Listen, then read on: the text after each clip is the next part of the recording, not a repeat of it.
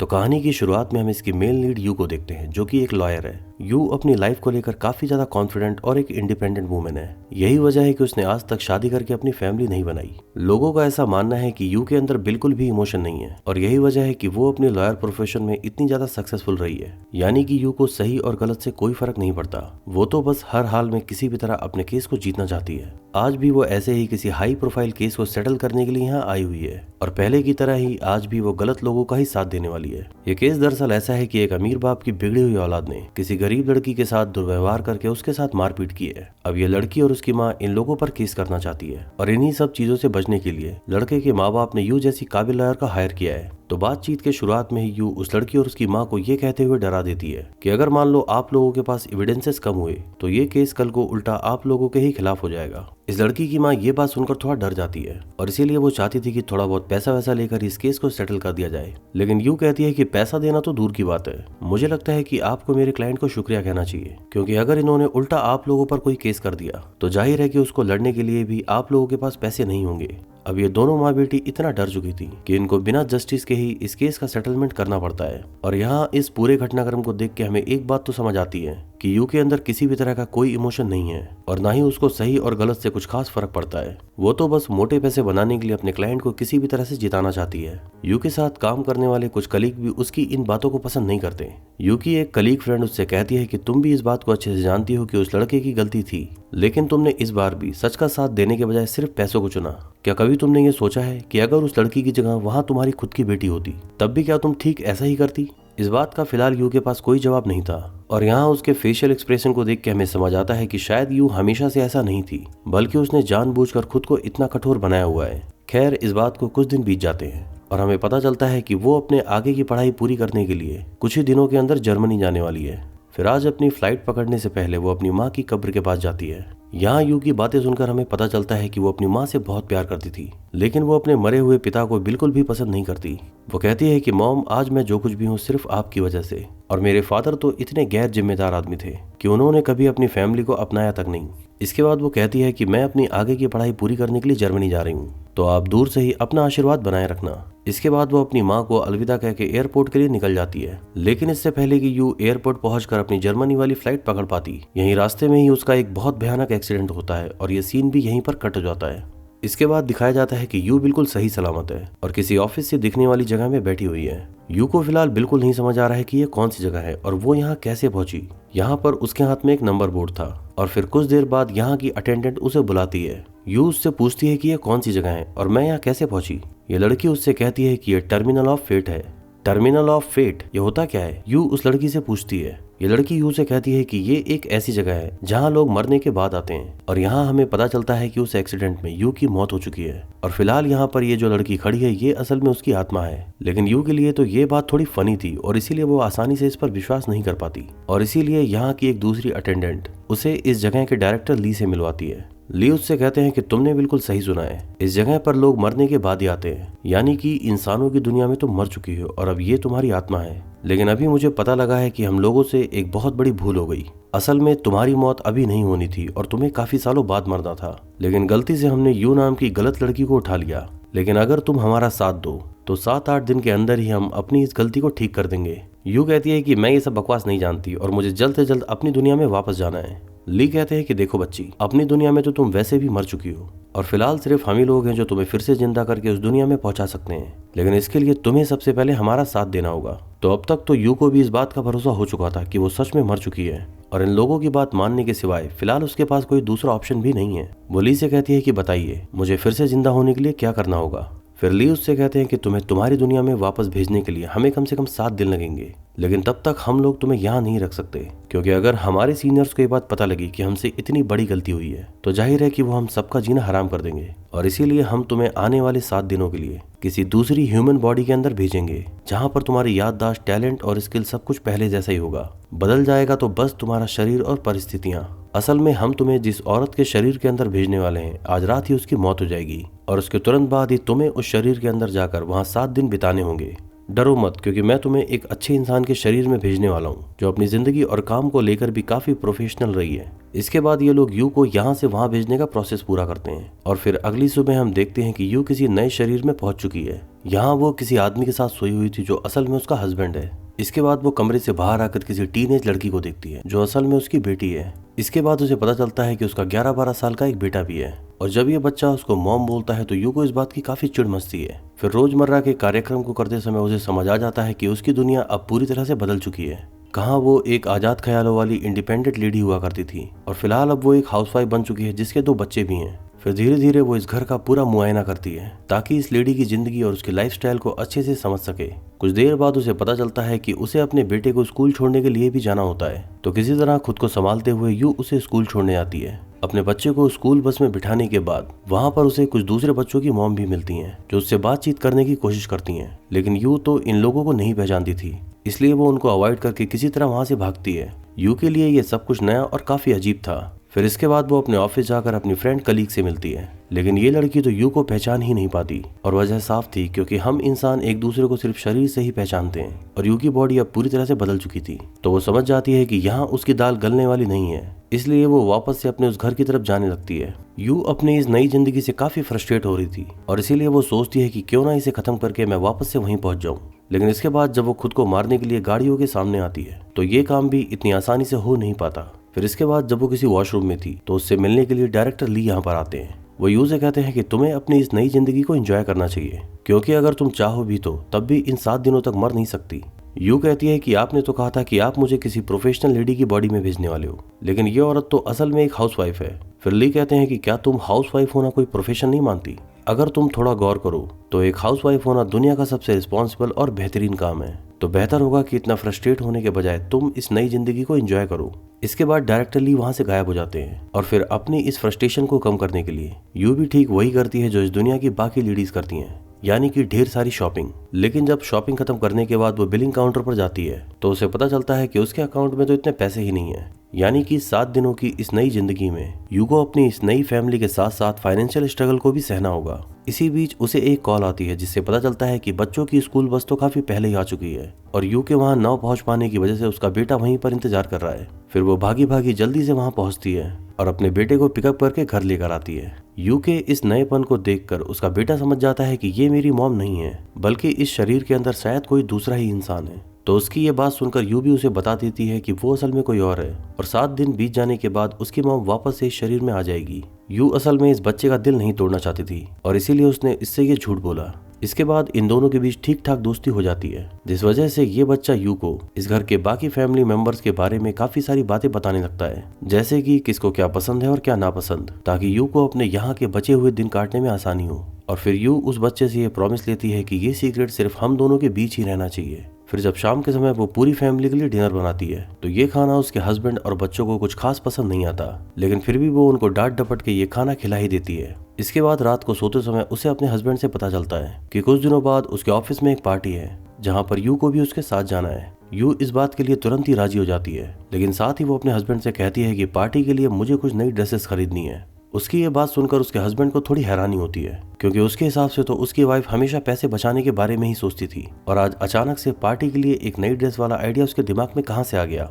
खैर वो अपनी वाइफ का दिल नहीं तोड़ना चाहता, इसलिए मान जाता है। फिर इसके बाद जब वो अपनी वाइफ के करीब जाने की कोशिश करता है तो किसी न किसी बहाने कुछ ड्रामा फैलाकर यू उससे दूर हो जाती है और सोफे पे जाकर सो जाती है। फिर अगली सुबह वो सबके लिए ब्रेकफास्ट बनाती है, अपने बच्चे को स्कूल छोड़कर आती है और रोजमर्रा के कामों में लग जाती है। फिर कपड़े धोते समय उसके हाथ अपनी बेटी की एक सीक्रेट डायरी लगती है, जिससे उसे पता चलता है कि उसकी बेटी का एक बॉयफ्रेंड भी है और इन दोनों के बीच बड़ा जबरदस्त चल रहा है। इस डायरी में लिखी कुछ बातों को पढ़कर उसे बहुत हंसी आती है। अब क्योंकि वो इस लड़की की असली माँ नहीं है तो बिना कोई ओवर रिएक्ट किए इस बात को इग्नोर कर देती है। कुछ घंटे बाद जब उसका बेटा स्कूल से वापस आता है तो ये दोनों साथ मिलकर ग्रोसरी शॉपिंग के लिए आते हैं। यहाँ वो अपने बेटे की मदद से अपनी फैमिली के बाकी मेंबर्स के लिए उनकी पसंदीदा चीजें खरीदती है और फिर रात को डिनर में उन लोगों की पसंद की ही कोई डिश बनाती है। उसने अपने इस नए हस्बैंड के लिए भी कुछ बढ़िया कपड़े खरीदे थे, लेकिन ये आदमी जब इन कपड़ों का रेट देखता है तो घबरा जाता है। उसे समझ नहीं आता कि उसकी वाइफ को ये आखिर हुआ क्या है। ये औरत तो हमेशा पैसे बचाने की ही बातें किया करती थी और अब अचानक से ये इतने ज्यादा खर्चे कैसे करने लगी। तो यू उससे कहती है कि अब मेरी सोच थोड़ी बदल चुकी है। पैसे कमाने का फायदा है क्या अगर हम उसे अपने ऊपर खर्च न कर सकें। उसका हस्बैंड कहता है कि तुम्हें पता है ना, अपने बच्चों की पढ़ाई के लिए हम ये सारी सेविंग्स कर रहे हैं और तुमने आज में ही इतने सारे पैसे खर्च कर दिए। यू उसे अपनी तरह से समझाने की कोशिश करती है, लेकिन उसका हस्बैंड काफी अपसेट हो चुका था और इसीलिए वो आज नाइट ड्यूटी करने के लिए फिर से अपने ऑफिस चला जाता है। यू भी इस बात से थोड़ा अपसेट हो जाती है और इसीलिए वो एक बार में जाकर ड्रिंक करने लगती है। यहाँ उसे उसकी जान पहचान की एक लेडी मिलती है जो उससे कहती है कि तुम्हारा हस्बैंड बहुत अच्छा है और जिस तरह तुम दोनों मिलकर अपनी फैमिली को चला रहे हो वो देखकर मुझे बहुत अच्छा लगता है। इसके बाद जब यू वहां से अपने घर वापस जाने लगती है तो वो रास्ते में दो टीनेज बच्चों को एक दूसरे के करीब आता हुआ देखती है। इसके बाद जब वो उनके पास जाती है तो देखती है कि ये तो उसकी अपनी ही बेटी है, लेकिन इस बात पर वो कुछ खास ओवर रिएक्ट नहीं करती, बल्कि अपनी बेटी को साथ घर ले जाते समय वो उसे बहुत ही प्यार से समझाती है कि मुझे इस बात से कोई प्रॉब्लम नहीं कि तुम्हारा बॉयफ्रेंड है, लेकिन उसके साथ ये सब चीजें करने से अभी तुम्हें बचना चाहिए। इस लड़की को लगा था कि उसकी माँ उसे बहुत बुरी तरह से डांटेगी, लेकिन अपनी मॉम के इस बदले हुए रूप को देखकर उसे काफी खुशी होती है और वो यू को प्रॉमिस करती है कि अब वो आगे से अपनी मॉम से कोई बात नहीं छुपाएगी। खैर धीरे धीरे ही सही, लेकिन यू ने अब इस जिंदगी को अपना लिया था और उसके बेटे के साथ साथ अब बेटी भी उससे खुश रहने लगी है। फिर रात के समय डायरेक्टर ली उससे मिलने के लिए फिर से यहाँ पर आते हैं। वो यू से पूछते हैं कि बताओ अब तुम्हें कैसा लग रहा है। तो यू उनसे कहती है कि ये जिंदगी इतनी भी बुरी नहीं है और अब मुझे एहसास हो रहा है कि एक हाउसवाइफ बनकर जिंदगी चलाना कोई इतना भी मुश्किल काम नहीं। इसके बाद वो अपने वेडिंग सेरेमनी के वीडियोस देखने लगती है, जिसे देखकर पहली बार उसके दिल में शादी को लेकर कुछ पॉजिटिव फीलिंग जाग रही थी और वो यही सब देखते देखते सो जाती है। फिर देर रात उसका हस्बैंड वापस आकर उसे बेड पर सुलाता है और अगली सुबह जब उसकी नींद टूटती है तो वो देखती है कि कल रात उसका हस्बैंड उसके लिए एक नई ड्रेस लेकर आया है। ये देखकर यू को बहुत ज्यादा खुशी होती है और फिर वो दोनों जल्दी से तैयार होकर उस पार्टी में जाने के लिए निकल पड़ते हैं। यू को तो ये बात पहले से ही पता थी कि उसका हस्बैंड एक बहुत ही ईमानदार आदमी है, लेकिन यहाँ पहुंचकर उसे पता चलता है कि उसका बॉस एक बहुत ही टेढ़ा आदमी है और उसके हस्बैंड की ईमानदारी की वजह से ही वो उसे प्रमोशन नहीं दे रहा, क्योंकि उसका बॉस चाहता है कि गलत कामों में भी वो उसका साथ दे, लेकिन यू का हस्बैंड गलत कामों में अपनी कंपनी का साथ नहीं देता। यहाँ पहली बार यू अपने हस्बैंड को मोटिवेट करती है कि वो अपने हक के लिए खड़े होकर लड़ना सीखे और बिना डरे किसी के भी सामने अपनी बात को मजबूती से रखे। दो मर्दों के बीच की आपसी बात में एक औरत के हस्तक्षेप से उसके बॉस का मूड खराब हो जाता है और इसी वजह से वो उसके हस्बैंड के साथ साथ यू के साथ भी मिसबिहेव करने लगता है। यू का हस्बैंड इस बात को बर्दाश्त नहीं कर पाता और फिर वो अपने बॉस की बहुत बुरी तरह से फटकार लगाता है। उसके बॉस के यहाँ से जाने के बाद वो यू से कहता है कि मैं पिछले काफी सालों से यही करना चाहता था, लेकिन आज तुम्हारी वजह से मैं पहली बार इस आदमी को इसकी सही औकात बता पाया। इस बात से ये दोनों ही काफी खुश थे और इसीलिए अब इन दोनों के बीच की करीबियां भी बढ़ने लगी थीं। इसके बाद जब ये दोनों अपने घर पर कुछ रोमांटिक पल साथ बिता रहे थे तब अचानक से ही इन दोनों को अपनी बेटी के चिल्लाने की आवाजें आती हैं। फिर यू उसके कमरे में जाकर देखती है कि उसकी बेटी के शरीर पर चोट के कुछ निशान थे। वो किसी तरह उसे शांत करती है और फिर वो उससे पूछती है कि बताओ क्या बात है। और यहाँ यू को पता चलता है कि उसकी बेटी के बॉयफ्रेंड ने उसके साथ जबरदस्ती करने की कोशिश की, लेकिन जब उसकी बेटी ने उसको ऐसा करने से रोका तो उस लड़के ने इसके साथ मारपीट की। यू का हस्बैंड भी ये सब कुछ सुन लेता है और उसे इतना ज्यादा गुस्सा आता है कि वो उसी रात उस लड़के के घर पहुंचकर उसकी बहुत ज्यादा पिटाई करता है। फिर अगले सुबह यू के पास पुलिस का कॉल आता है, जिससे उसे पता चलता है कि पिटने वाले उस लड़के की फैमिली ने उसके हस्बैंड के खिलाफ केस कर दिया है। तो कुछ घंटों बाद इस मामले को सुलझाने के लिए उसे अपने हस्बैंड के साथ वहां जाना पड़ता है। उस लड़के के घर वालों ने अपने लिए एक महंगा वकील हायर किया था और इसीलिए उनको ऐसा लग रहा था कि वो आसानी से यू और उसके हस्बैंड को डरा देंगे। जिस तरह मूवी के स्टार्टिंग में यू ने अपने क्लाइंट को जिताने के लिए उस लड़की और उसकी मॉम को डराया था, ठीक उसी तरह ये लॉयर भी इन दोनों को डराने की कोशिश कर रही थी। ये सारा सीन देखकर यू थोड़ा डिस्टर्ब हो जाती है और आज पहली बार उसे अपनी गलतियों का एहसास होता है कि किस तरह सही और गलत की परवाह किए बिना उसने सिर्फ पैसे कमाने के लिए गलत लोगों का साथ दिया। फिर किसी तरह वो अपने आप को संभाल कर दोबारा से उस टेबल पर आती है। यू का फिलहाल सिर्फ शरीर ही बदला है, बाकी टैलेंट और याददाश्त सब कुछ पहले जैसा ही है और इसीलिए जब वो उस लॉयर के सामने अपने पक्ष को मजबूती से रखती है तो उस लॉयर के साथ साथ उस लड़के की फैमिली भी डर जाती है। आखिरकार उन लोगों को ये केस वापस ही लेना पड़ता है और साथ ही साथ उस बदतमीज लड़के को अपनी गलतियों के लिए इन दोनों से माफी भी मांगनी पड़ती है। इसके बाद जब वो घर वापस आती है तो देखती है कि उसकी बेटी अभी भी डिप्रेशन में है और वो अपनी मॉम से कहती है कि वो फ्यूचर में कभी किसी लड़के को डेट नहीं करेगी, लेकिन यू उसे हिम्मत देते हुए समझाती है कि दुनिया में हर इंसान एक जैसा नहीं होता। पता है, मैं जब कॉलेज में हुआ करती थी तब मुझे जियान नाम का एक लड़का बहुत पसंद था और वो लड़का भी मुझे बहुत चाहता था, लेकिन अपनी फेमिनिस्ट विचारधारा की वजह से मैंने उसे कभी भाव नहीं दिया और आज भी मुझे इस बात का अफसोस है कि काश मैंने उस समय उसका प्रपोजल मान लिया होता। इस लड़की को लगता है कि ये उसकी मॉम की स्टोरी है, लेकिन असल में तो यू उसे अपनी जिंदगी की कहानी बता रही थी। फिर इसी तरह इस फैमिली में सब कुछ अच्छा होता जाता है और अब इन सभी लोगों के बीच बहुत ही अच्छी बॉन्डिंग हो चुकी थी। लेकिन फिर एक दिन जब यू अपने बेटे को स्कूल छोड़ने के लिए जाती है, तभी अचानक से उसके बेटे को दिखाई देना बंद हो जाता है। इसीलिए यू उसको स्कूल के बजाय सीधा हॉस्पिटल लेके जाती है, जहां डॉक्टर उसे बताते हैं कि उसके बेटे की आंखों की कॉर्निया खराब हो रही है और उसको ठीक करने के लिए एक मेजर ऑपरेशन करना होगा। फिर किसी तरह वो पैसों का जुगाड़ करके ऑपरेशन की तैयारी करती है और फिर अगले ही दिन उसका यह ऑपरेशन कर दिया जाता है, जिससे उसकी आंखें पूरी तरह से ठीक हो चुकी थी। इसके बाद जब यू अपने बेटे को देखने के लिए हॉस्पिटल जा रही होती है, तो यहाँ रास्ते में उसे फिर से डायरेक्टर ली मिलते हैं। वो यू से कहते हैं कि चलो तुम्हारे चलने का समय आ चुका है। तो इसका मतलब ये हुआ कि यू ने अपने 7 दिन पूरे कर लिए थे, लेकिन वो अभी डायरेक्टर ली के साथ जाना नहीं चाहती थी। और इसकी सबसे बड़ी वजह यह है कि उसको अब इस फैमिली के साथ काफी लगाव हो चुका है और इसलिए वो सबसे पहले हॉस्पिटल जाकर अपने बेटे को देखना चाहती है। तो डायरेक्टर ली भी उसे हॉस्पिटल जाने की इजाजत दे देते हैं ताकि वो एक आखिरी बार उन सब लोगों से मिल सके। यू इस समय बहुत ज्यादा इमोशनल थी और इसीलिए वो इन सभी से मिलकर इन्हें अपने ही अंदाज में गुड बाय बोलती है। फिर इसके बाद उसे डायरेक्टर ली के साथ जाना ही पड़ता है। इसके बाद ली अपनी कार को उसी जगह ले जाने लगते हैं जहां यू का एक्सीडेंट हुआ था। यहाँ रास्ते में ली उससे कहते हैं कि मैं तुम्हारे फादर को जानता हूँ और उन्होंने तुम्हारे लिए एक मैसेज भेजा है।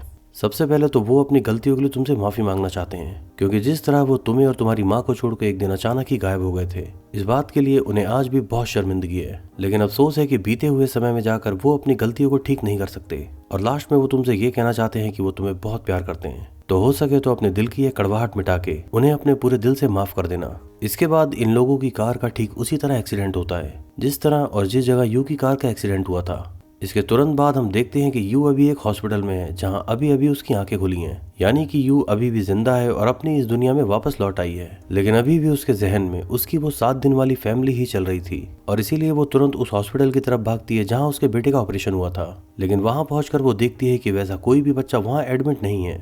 इसके बाद वो अपने उस घर पर जाती है जहां वो पिछले 7 दिनों से थी, लेकिन यहाँ भी सब लोग बदले हुए थे और कोई भी उसे पहचान नहीं पाता। इसके बाद वो उस कॉलोनी की कुछ औरतों से मिलती है जिससे वो उस समय मिला करती थी, लेकिन अफसोस की बात है कि ये लोग भी उसे पहचान नहीं पाते।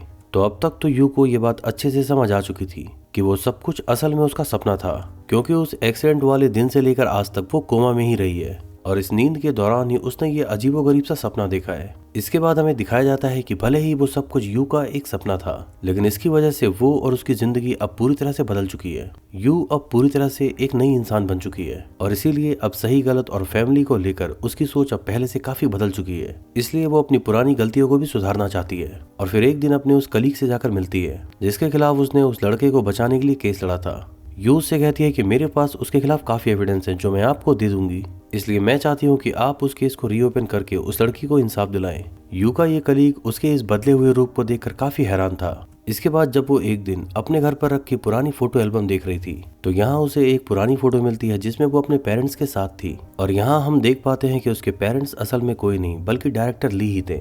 यू ने असल में बचपन से लेकर आज तक कभी भी अपने फादर को नहीं देखा था, क्योंकि वो उनसे बहुत नफरत करती थी। लेकिन अब धीरे धीरे उसे सब कुछ समझ आ चुका था कि उस तरह का अजीबोगरीब सपना उसे क्यों आया।